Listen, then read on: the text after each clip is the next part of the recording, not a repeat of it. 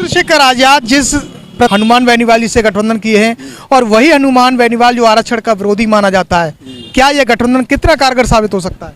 मेरे हिसाब से तो ये बिल्कुल भी कारगर नहीं हो सकता। कि रामवीर जाटोलिया ने पिछले 10 सालों से ज़मीनी स्तर पर जो संघर्ष किया है वो काबिल तारीफ है। ये संघर्ष रहता है और जो यहाँ के मुद्दे हैं ये उन मुद्दों की लड़ाई 100% लड़ेगा, क्योंकि ये अब तक लड़ता आया है और इसी प्रकार से योद्धा के रूप में पिछले विधायकों की तरह मेहनत करते थे उनके साथ में, आज वो जो मेहनत उनके साथ में की थी हम इनके साथ में करेंगे और उनको जिताकर राजस्थान की विधानसभा में पहुंचाने का पूरा प्रयास करेंगे। राजस्थान में भीम आर्मी को लाने वाले चंद्रशेखर की जो भीम आर्मी है उसको लाने वाले रामवीर जाटोलिया थे। रामवीर जाटोलिया को चंद्रशेखर आजाद ने पार्टी का सिंबल नहीं दिया, इस पर क्या कहेंगे? जनता कहती है कि रामवीर भाई ने संघर्ष किया है, उनको सिंबल देना चाहिए था। उन्होंने अभी नया गठबंधन किया है आरएलपी और आजाद समाज पार्टी की तरफ से। उन्होंने अपना कोई ना तो प्रत्याशी ढूंढा, जबकि भाई दावेदारी रख रहे थे, उनको यह सिंबल देना चाहिए था। ये उनकी सबसे बड़ी गलती मानी जाएगी हमारी तरफ से। तो देखिए, माहौल की अगर हम बात करें तो ये सत्यता है कि रामवीर जाटोलिया ने पिछले 10 सालों से ज़मीनी स्तर पर जो संघर्ष किया है वो काबिल तारीफ है। अगर इस भाई को किसी ने एक बार भी लाइक किया होगा तो उन लाइक करने वाले भाइयों से मेरा एक बार कहने का काम जो मीडिया में वो ये है कि इस भाई का संग दें। ये संघर्ष रहता है और जो यहाँ के मुद्दे हैं ये उन मुद्दों की लड़ाई 100% लड़ेगा, क्योंकि ये अब तक लड़ता आया है और इसी प्रकार से योद्धा के रूप में ये लड़ता रहेगा। मैं तो मेरे भाइयों से अपील करना चाहता हूँ कि आदरणीय रामवीर जाटोलिया का अधिक से अधिक संख्या में साथ दें और भारी बहुमत से इसको विजय बनाएं। क्या उम्मीद लग रही है रामवीर जाटोलिया के प्रति? रामवीर जाटोलिया जुझारू है शुरू से ही। समाज की इस तरह की जो एट्रोसिटी की राजस्थान में घटनाएं आ रही हैं, क्या लग रहा है रामवीर भाई इन घटनाओं को उठाते हैं या केवल दिखावे के तौर पर जनता का दिल जीत रहे हैं? ऐसा कुछ भी नहीं है। प्रत्येक घटना के विषय में जो आवाज़ रामवीर ने उठाई है इस पूर्वी राजस्थान से, वो शायद किसी ने नहीं उठाई। लग रही है उम्मीद कुछ? उम्मीद तो पूरी है।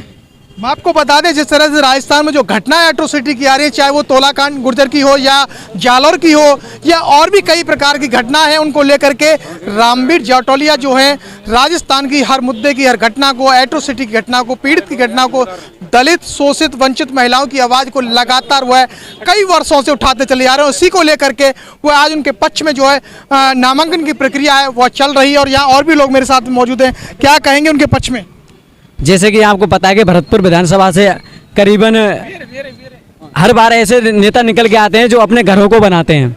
उन्होंने अपने घर के बारे में सोचा, ना कि जनता के बारे में सोचा। अगर जनता के बारे में सोचा होता आज युवा बेरोजगार नहीं होते, दलित अपने घरों में अत्याचार नहीं सह रहे होते, किसान आत्महत्या नहीं करे होते और महिलाएं उत्पीड़न की शिकार नहीं होती। इसी को देखते हुए हमारे रामवीर भैया करीबन 8 साल से मेहनत कर रहे हैं, 8-10 साल से। मैं उनको करीबन 4 साल से व्यक्तिगत जानता हूं। उन्होंने एक समाज के एक मुद्दे को इस तरीके से उठाया है जैसे उनका खुद का मुद्दा हो। अब इसी को देखते हुए हम रामवीर जाटोलिया भाई के साथ में खड़े हैं, उनके लिए तन मन धन से हम पूरे समर्थन में हैं और इसी तरीक़ा से हम पिछले विधायकों की तरह मेहनत करते थे उनके साथ में। आज वो जो मेहनत उनके साथ में की थी हम इनके साथ में करेंगे और उनको जिताकर राजस्थान की विधानसभा में पहुँचाने का पूरा प्रयास करेंगे। पहले भी विधायक आपने जिताए, क्या उन्होंने समाज के प्रति जो कार्य कोई वादे किए थे, क्या उन्होंने वो वादे पूरे किए?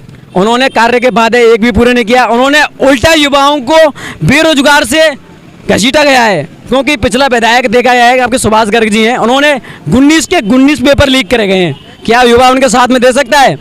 पिछली बार कांग्रेस सरकार ने हमारे राजस्थान के अंदर में छात्र संघ के चुनाव बंद कर दिए, युवाओं को एकदम घसीट दिया गया। तो क्या युवा उनके साथ में देना चाहोगे? हमारे युवा तो बिल्कुल 1% भी देना नहीं चाहें। रामवीर जाटोलिया अगर जीत कर जाते हैं, क्या उनसे उम्मीद है कि वो अपने वादे पर मुखरता से उतर सकते हैं? उम्मीद क्या है, हम 4 साल से उनको देखते आ रहे हैं। उम्मीद तो हम सबसे बड़ी है कि वो हमारे साथ में आज तक कभी अन्याय अत्याचार में पीछे नहीं हटे, तो आगे भी नहीं हटेंगे। तो बात रही उनकी 5 साल, हम तो कहें ये 50 साल तक विधायक रहे हम तो भरतपुर से, हम तो ये चाहें। एक और बात आती है, जिस तरह से राजस्थान में भीम आर्मी को लाने वाले चंद्रशेखर की जो भीम आर्मी है उसको लाने वाले रामवीर जाटोलिया थे। रामवीर जाटोलिया को चंद्रशेखर आजाद ने पार्टी का सिंबल नहीं दिया, इस पर क्या कहेंगे?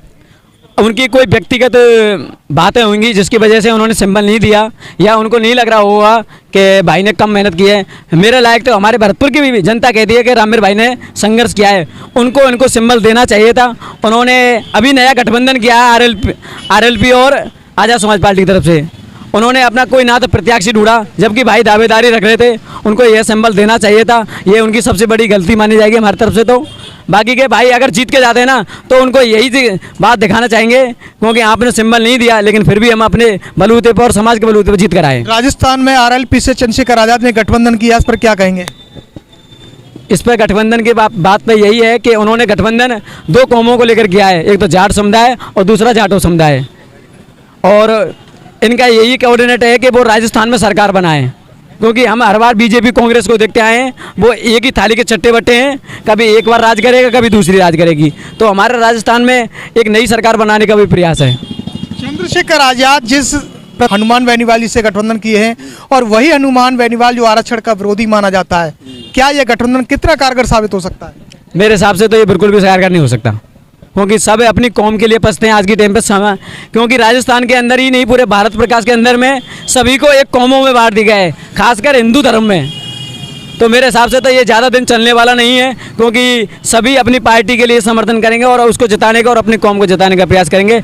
एक मिलाप तो शायद आने वाले समय में देखा जाएगा, लेकिन अभी तो हम कह नहीं सकते इसके बारे में, क्योंकि मैं पिछली बार हनुमान बेनीवाल की एक रैली में गया था, छात्र संघ अधिकार रैली में, उसमें भी देखा गया था कि ज़्यादा उनके समाज के युवा उनके साथ में नहीं खड़े मिले थे, क्योंकि हमने बहुत ही थोड़ा मेहनत लगाई थी, तब जाके कुछ लोगों को इकट्ठा कर पाए थे।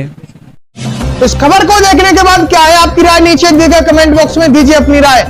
ऐसी तमाम बड़ी खबरों को देखने के लिए जुड़े रहिए हमारे साथ। खबर अच्छी लगे तो लाइक कीजिए और शेयर कीजिए, और हाँ, चैनल को सब्सक्राइब कर घंटे वाली बटन को दबाना ना भूलिए। फिर आते हैं आपके बीच कुछ खास खबरों के साथ, तब तक के लिए नमस्कार, जय भीम।